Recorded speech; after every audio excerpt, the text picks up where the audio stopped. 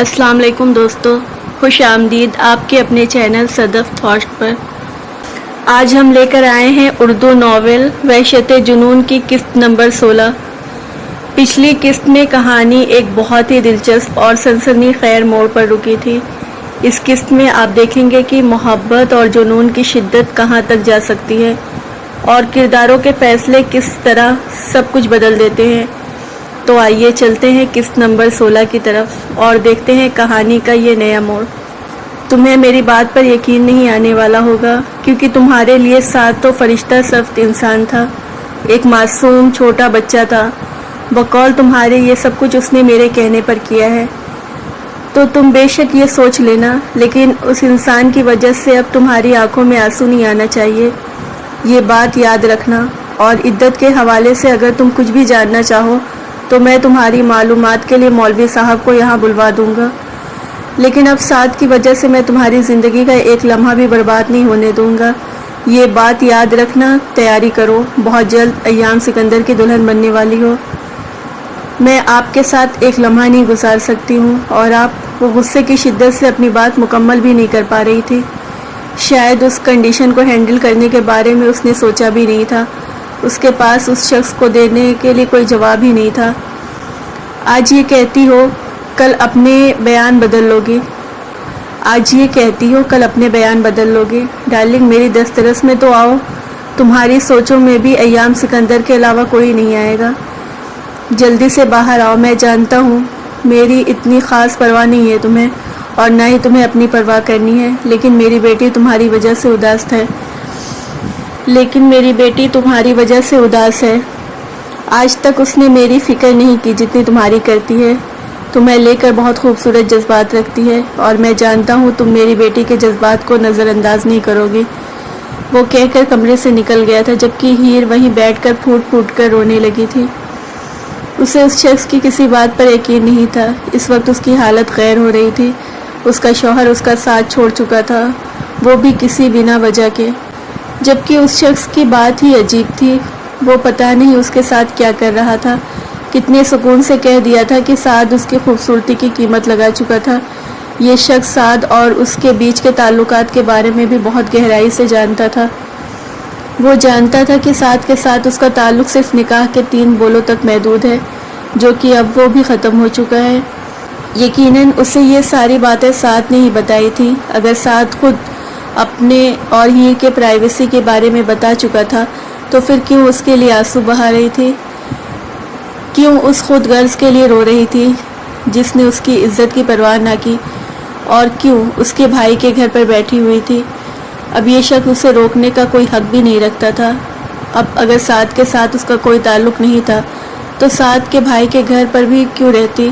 اس نے یہاں سے جانے کا فیصلہ کیا تھا، لیکن وہ جانتی تھی کہ یہ شخص آسانی سے جانے نہیں دے گا، اور اس کے ساتھ شادی کے لیے زبردستی نہیں کر سکتا تھا، اور نہ ہی وہ اسے شادی کرنا چاہتی تھی، بلکہ وہ اس شخص کے بارے میں ایسا کچھ سوچ بھی نہیں سکتی تھی۔ سچ تھا کہ روحی کے ساتھ اس کی دلی وابستگی تھی، لیکن اس نے اتنا آگے تک کا نہیں سوچا تھا۔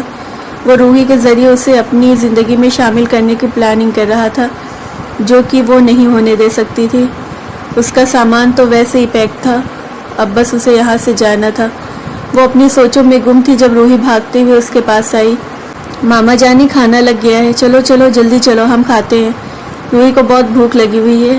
روحی اس کا ہاتھ تھامتے ہوئے معصومیت سے بولی تھی، بیٹا مجھے بھوک نہیں، آپ جا کر کھانا کھا لو، وہ پیار سے سمجھاتے ہوئے بولی، جس پر روحی کا منہ بن گیا تھا۔ یقیناً اسے لینے کے لیے آئی تھی اور وہ اس کے ساتھ نہیں جا رہی تھی، جس پر وہ اور بھی اداس ہو گئی۔ اگر ماما جانی کھانا نہیں کھائیں گی تو روحی بھی نہیں کھائے گی اور وہ بھی بھوکی رہے گی۔ وہ اپنا ہونٹ باہر نکالے بھرپور ناراضگی سے انداز میں بولی، روحی بیٹا ایسا نہیں کرتے میری جان، وہ پیار سے سمجھانے لگی، لیکن وہ منہ پھیر کر رونے کی مکمل تیاری کرنے لگی تھی۔ اچھا بابا، آئی ایم سوری، چلو ہم کھانا کھاتے ہیں۔ اس کی معصومیت پر اس کا دل پگھل گیا تھا، جبکہ اس کے ہاں کرنے کی دیر تھی وہ خوش ہو گئی۔ آپ چلو، میں منہ ہاتھ دھو کر آتی ہوں، اس نے پیار سے سمجھاتے ہوئے کہا، جس پر روحی نے نفی میں سر ہلایا۔ روحی نہیں جائے گی، ورنہ آپ دروازہ پیچھے سے بند کر دو گی اور پھر روحی کے کہنے پر بھی نہیں کھولو گی، اس نے اپنا ڈر بیان کیا۔ اچھا بابا ہم ساتھ چلیں گے، وہ پیار سے اس کے دونوں گال چومتے ہوئے بولی، جبکہ روحی اس کے ساتھ ہی واش روم میں بھی آئی تھی۔ شاید اب وہ کوئی رسک نہیں لے سکتی تھی۔ ہیر منہ ہاتھ دھو کر اس کے ساتھ ہی باہر آئی تو وہ ٹیبل پر بیٹھا شاید ان کا منتظر تھا۔ ابھی تک اس نے بھی کھانا شروع نہیں کیا تھا۔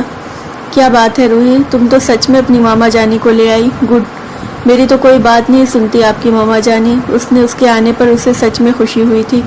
اسے لگ رہا تھا کہ اس کی بیٹی بھی اداس لوٹے گی۔ میری ماما جانی میری ساری باتیں مانتی ہے، وہ اترا کر کہتی کرسی پر بیٹھی تھی، جبکہ وہ کرسی گھسیٹ کر بیٹھتے ہوئے روحی کو ڈش میں کھانا ڈالنے لگی۔ میں اب اس گھر سے جانا چاہتی ہوں، میرا شوہر مجھے طلاق دے چکا ہے، تو میرا خیال ہے کہ میرا یہاں اس گھر میں رہنا بنتا نہیں ہے، اور نہ ہی مجھے کوئی اس زبردستی یہاں روک سکتا ہے۔ اس کے لہجے میں ضد تھی۔ بے شک تم یہاں سے سعد کی بیوی بن کر آئی تھی، لیکن ضروری نہیں کہ اس سے تمہارا تعلق ختم ہو گیا تو تم اس گھر سے کہیں بھی چلی جاؤ گی۔ پہلے بھی بتا چکا ہوں اور اب بھی بتا رہا ہوں، خود کو مصیبت سے نکال کر وہ تمہیں پھنسا کر گیا ہے۔ باہر جو لوگ تمہاری تلاش کر رہے ہیں وہ معمولی ہرگز نہیں ہے۔ ان لوگوں کا تعلق انڈر ورلڈ سے ہے، مطلب کہ وہ پوری دنیا میں غیر قانونی کام کرتے ہیں۔ ان کا سب سے بڑا کام عورتوں کی اسمگلنگ کرنا ہے۔ میں تمہیں یہ ساری باتیں بتانا نہیں چاہتا تھا، لیکن شاید تمہیں میری بات سمجھ میں نہیں آ رہی، اس لیے تمہیں بتا رہا ہوں۔ تمہارے شوہر نے تمہیں انڈر ورلڈ کے ہاتھوں بیچ دیا ہے۔ اگر تم محفوظ رہنا چاہتی ہو تو بہتر ہے کہ اس گھر کی چار دیواری کے اندر ہی رہو۔ اگر تم باہر نکلی تو لوگ تمہیں کہاں لے جائیں گے، تمہارے ساتھ کیا کریں گے، یہ تمہارے آنے والی 7 نسلوں کو بھی خبر نہیں ہوگی۔ اور ویسے بھی اگر میں تمہیں یہاں سے جانے بھی دوں تو کہاں جاؤ گی؟ تم اپنے اس بھائی کے پاس جو تمہیں سعد جیسے گھٹیا شخص کے حوالے کر کے ہمیشہ کے لیے چلا گیا تھا، کہ شادی کے بعد کہیں تمہاری ذمہ داری اس کے کندھے پر نہ پڑ جائے، یا پھر اپنے سابقہ شوہر کے گھر میں جو تمہیں پہلے ہی گھٹیا لوگوں کو بیچ چکا ہے۔ یہ مت سوچنا کہ تمہارا محافظ ہے، وہ تمہاری عزت کو بچائے گا۔ جو تمہیں بیچ سکتا ہے وہ تمہیں ان لوگوں کے حوالے بھی کر سکتا ہے۔ ہاں میں تمہارے حق میں اچھا ثابت نہیں ہوا، اور میں اچھا انسان بھی نہیں ہوں، پر تم جو سوچتی ہو بالکل ٹھیک سوچتی ہو۔ لیکن یقین مانو سعد اور تمہارے بھائی جتنا گھٹیا میں پھر بھی نہیں ہوں۔ اگر مجھے اپنی جان دے کر بھی تمہاری حفاظت کرنی پڑی تو میں ایک لمحے کے لیے بھی نہیں سوچوں گا۔ تم سے محبت کی ہے اور اس محبت کو مرتے دم تک نبھاؤں گا۔ تم سے نکاح کر رہا ہوں تمہیں تحفظ دینے کے لیے، تمہیں ان لوگوں سے بچانے کے لیے، اور اس گھر سے باہر قدم نکالنے کے بارے میں سوچنا بھی مت، یہی تمہارے حق میں بہتر ہوگا۔ آج سے تم میری ذمہ داری ہو، میری عزت، اور یقین جانو ایام سکندر کو اپنی عزت بچانے کے لیے تمہاری ٹانگیں کاٹ کر تمہیں گھر پر رکھنا پڑا تو اس کے لیے بھی پیچھے نہیں ہٹے گا۔ مجھے چیلنج مت کرو، آئی ہیٹ چیلنج۔ وہ اپنی بات مکمل کرتا لمبے لمبے ڈگ برتا گھر سے نکل گیا، جبکہ وہ جو نقشہ اس نے انڈر ورلڈ کے سامنے کھینچا تھا وہ اس کی ذات کو ہلانے کے لیے کافی تھا۔ ایام کی عجیب و غریب باتوں نے اس کے اندر ڈر بٹھا دیا تھا۔ انڈر ورلڈ کیا تھا، یہ کس طرح کے کام کرتا تھا، اس چیز کے بارے میں اسے کچھ بھی علم نہیں تھا۔ اب تک اسے بس اتنا ہی پتا تھا کہ یہ لوگ بہت خطرناک ہیں اور پوری دنیا میں غیر قانونی کام کرتے تھے۔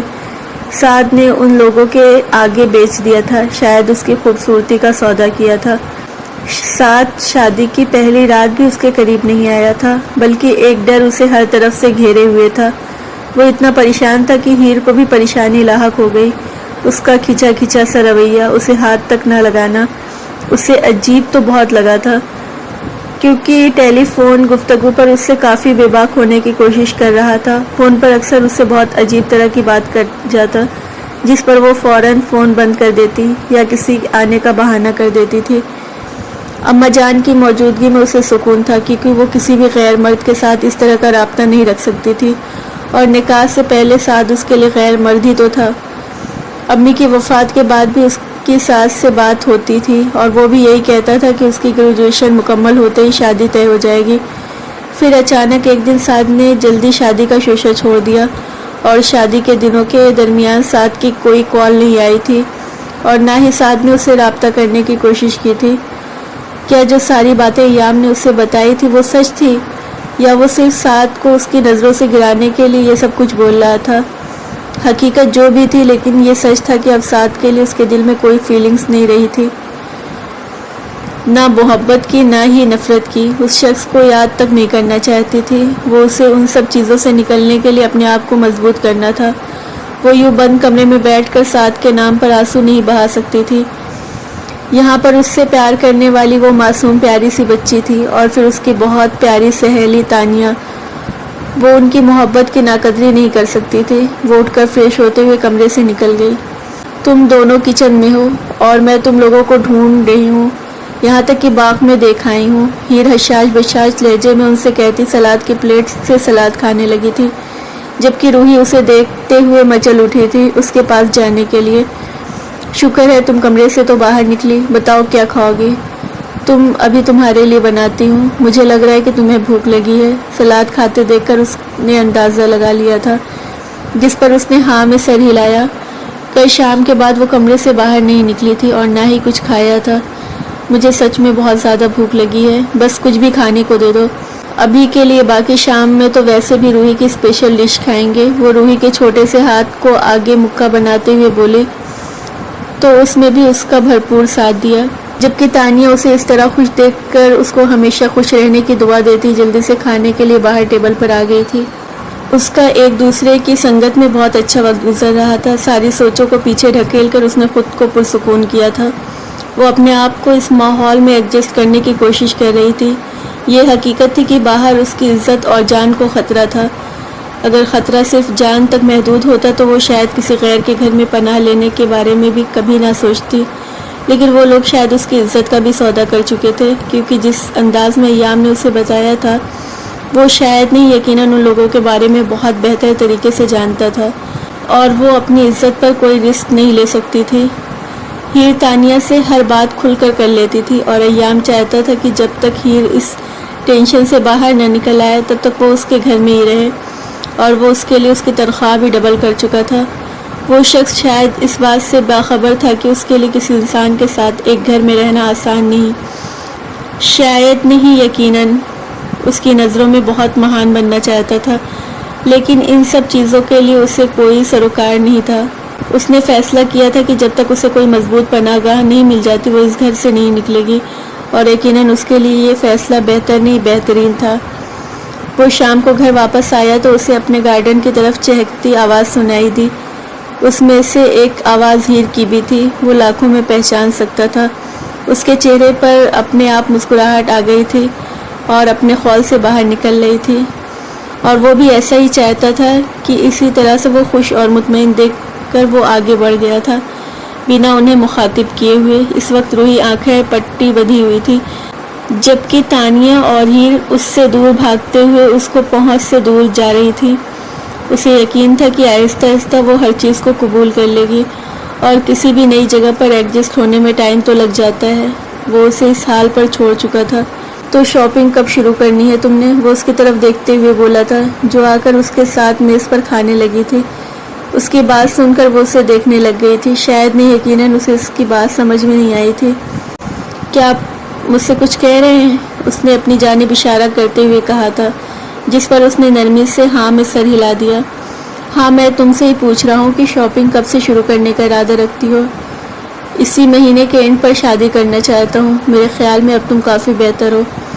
وہ پچھلے 4 دن سے اس کی روٹین دیکھ رہا تھا، وہ نارمل ہو چکی تھی، اب وہ اکیلے نہیں رہتی تھی، سارا دن اس کا تانیہ اور روحی کے ساتھ گزرتا تھا، اور وہ اس کے سامنے زیادہ نہیں آتی تھی، لیکن رات کا کھانا وہ باہر ٹیبل پر ہی کھاتی تھی۔ پچھلے کچھ دنوں سے اس نے بھی اسے مخاطب نہ کیا تھا، لیکن آج اچانک اس کے سوال پر وہ حیران ہوئی تھی۔ میں شادی نہیں کرنا چاہتی، اور آپ سے تو ہرگز نہیں، پلیز آپ مجھ سے وجہ مت پوچھیے گا۔ میں جانتی ہوں اس وقت میں آپ کی رحم و کرم پر ہوں، لیکن اس کا مطلب یہ نہیں کہ میں آپ سے شادی کر لوں گی۔ میں بہت جلد اپنا بندوبست کر لوں گی، آپ میری وجہ سے کسی طرح کا کوئی مسئلہ نہیں ہوگا۔ روحی کو اس نے بہت مشکل سے خود کو دوست کہنے پر منایا تھا، ورنہ وہ تو ماما جانی کی رٹ لگائے ہوئے تھی۔ تم مجھ پر بوجھ نہیں ہو، یہ بات سمجھ لو، تمہارے لیے بہتر ہوگا، اور شادی تو میں تم سے ضرور کروں گا۔ شادی کے لیے اس مہینے کی اینڈ میں تاریخ نکلوائے ہیں، نکاح کے لیے 28 تاریخ مناسب ہے۔ دیکھیں، میں بنا عدت کے کسی دوسرے کے نکاح میں نہیں آ سکتی، میں نہیں جانتی کہ عدت کے لیے کون سی شرائط ہونا ضروری ہے، لیکن میرے اطمینان کے لیے یہ ٹھیک نہیں ہے۔ مطلب کہ تم اس سعد کے نام پر اپنی زندگی کے دنوں کو برباد کرنا چاہتی ہو، اور تمہیں لگتا ہے کہ میں ایسا کرنے دوں گا؟ وہ بھڑک اٹھا تھا۔ میں کسی کے نام پر اپنی زندگی کے دن برباد نہیں کر رہی ہوں، بس میرا ذہن اس چیز کو قبول نہیں کرے گا۔ میں جانتا ہوں کہ تم عدت پوری کرنا چاہتی ہو یا اپنا ذہنی سکون چاہتی ہو، لیکن 4 مہینے کے بعد روحی کی دوسری سالگرہ ہے، اور میں تب تک تمہیں وقت دے رہا ہوں ان سب چیزوں کو قبول کرنے کے لیے، اور باقی اس گھر سے تم کہیں نہیں جا سکتی، اور نہ ہی فضول کی سوچیں پالنے کی ضرورت ہے۔ میری نظر میں یہ 4 مہینے کی کوئی عدت نہیں ہے، بلکہ تمہیں دیا وقت ہے۔ میں تمہیں کسی طرح کی ٹینشن میں نہ دیکھوں۔ یہ گھر تمہارا ہے، تم اس گھر کی مالکن ہو، یہاں جس طرح رہنا چاہتی ہو آرام سے رہو، باقی میری طرف سے تمہیں فکر کرنے کی ضرورت نہیں ہے۔ وہ اپنی بات ختم کرتا وہ اٹھ کر اپنے کمرے کی طرف چلا گیا تھا، جبکہ ہیر نے ایک گہری سانس لی۔ یہ شخص اتنی آسانی سے مان گیا تھا، یہ سوچ کر عجیب تو اسے بھی لگ رہا تھا، لیکن 4 مہینوں میں وہ اپنے لیے بہترین انتظام کر سکتی تھی۔ یہ وقت اس کے لیے بہت خاص تھا۔ وہ جتنا جلدی ہو سکے اپنے بھائی سے رابطہ کرنے کی کوشش کرنے والی تھی۔ وہ اس سے کچھ مانگ تو نہیں سکتی تھی، لیکن وہ اس کی ذات پر احسان تو کر سکتا تھا۔ بہن نہ ایک ضرورت مند سمجھ کر ہی وہ اسے اس مصیبت سے نکال سکتا تھا۔ وہ کم از کم اس سے اتنی امید تو کر ہی سکتی تھی۔ آخر ان دونوں کا خون کا رشتہ تھا۔ شاید وہ سچ میں سعد کے نام پر اپنے دن برباد کرنے کا ارادہ رکھتی تھی۔ اس نے بالکل بھی اس کے سامنے آنا چھوڑ دیا تھا۔ عجیب سے دن گزر رہے تھے۔ وہ اس سے مکمل پردہ کر رہی تھی۔ وہ اس کے آنے سے پہلے ہی کھانا کھا لیتی تھی، اور صبح اس کے جانے کے بعد وہ کمرے سے نکلتی تھی۔ ایام اسے سمجھا چکا تھا کہ اس پر عدت فرض نہیں ہے، لیکن پھر بھی کوئی بات سمجھنے کو تیار نہیں تھی۔ اس وقت اسے کچھ بھی کہنا مزید خود پر بدگمانی کرنے کے مترادف تھا۔ وہ اسے اس کے حال پر چھوڑ کر اپنے کام میں مگن ہو گیا تھا۔ ایک ماہ ہونے کو آیا تھا، وہ اس کے سامنے نہیں آ رہی تھی۔ وہ اپنا فیصلہ سنا چکا تھا کہ روحی کی سالگرہ کے دن وہ اس سے نکاح کرنے کا ارادہ رکھتا ہے، اور اس کے حساب سے 4 مہینے بہت تھے اسے اس رشتے سے نکلنے کے لیے۔ وہ مسلسل اپنے بھائی کو فون کرنے کی کوشش کر رہی تھی، لیکن شاید وہ نمبر ہی بدل چکا تھا، اس کا نمبر نہ لگا۔ اسے یاد تھا کہ جب اس کا بھائی سعودیہ میں تھا تو وہ یہی نمبر استعمال کرتا تھا۔ اس کے پاس اس کا پرانا نمبر محفوظ تھا، لیکن وہ نمبر بند ہو چکا تھا۔ اس کے باوجود بھی وہ کوشش چھوڑ نہیں رہی تھی۔ وہ اس کی اس کوشش کو دیکھتے ہوئے شاید اللہ پاک نے بھی اس کی منزل آسان کر دی تھی۔ آج رات جب اس نے فون کرنے کی کوشش کی تو دوسری طرف سے فون اٹھا لیا گیا تھا۔ پہلے تو خود وہ بے یقینی کی کیفیت میں تھی۔ اپنے بھائی کی آواز سننے کے بعد بھی اسے یقین نہ آیا کہ وہ اپنی ماں جائے کی بات کر رہی ہے۔ اپنے بھائی کی آواز سننے کے بعد بھی اسے یقین نہ آیا کہ وہ اپنی ماں جائے سے بات کر رہی ہے۔ اس نے بڑی مشکل سے اپنے آنسو پرے ڈھکیلتے ہوئے اسے سلام کیا تھا۔ وعلیکم السلام چھوٹی، تو کیسی ہے؟ سعد کیسا ہے؟ تیرا خیال تو رکھتا ہے نا؟ میری تو شادی کے بعد تم لوگوں سے بات ہی نہیں ہو سکی، یہاں آتے ہی نمبر بدلنا پڑا تھا مجھے۔ آج کچھ پرانے نمبر نکالنے کے لیے یہ نمبر استعمال کیا ہے۔ تو سنا؟ وہ اس کی اداسی نوٹ کیے بنا بولنا شروع ہو چکا تھا، جبکہ وہ جو یہ سوچ رہی تھی کہ اپنے بھائی کو اپنے دل کا حال سنائے گی، ایک لمحے کے لیے خاموش ہو گئی۔ اسے سمجھ نہیں آ رہا تھا کہ اسے اپنے بھائی سے کچھ بتانا بھی چاہیے یا نہیں، لیکن یہ بات چھپانے والی تو نہ تھی۔ اس کا بھائی حق رکھتا تھا یہ جاننے کا کہ جس شخص کے ساتھ وہ اسے چھوڑ گیا ہے وہ اس کے قابل بھی نہیں تھا۔ سعد نے مجھے طلاق دے دی بھائی، اس نے مجھے چھوڑ دیا۔ میں نہیں جانتی میرا قصور کیا تھا، لیکن اس نے مجھے طلاق دے دی بنا کوئی وجہ بتائے۔ وہ ایک ہی سانس میں بول گئی۔ یہ تم کیا کہہ رہی ہو ہیر؟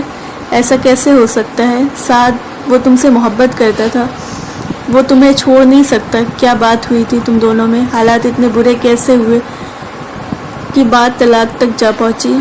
کب ہوا یہ سب کچھ؟ مجھے کچھ بتاؤ، مجھ سے کچھ بھی چھپانا مت۔ وہ پریشانی سے اس سے پوچھنے لگا۔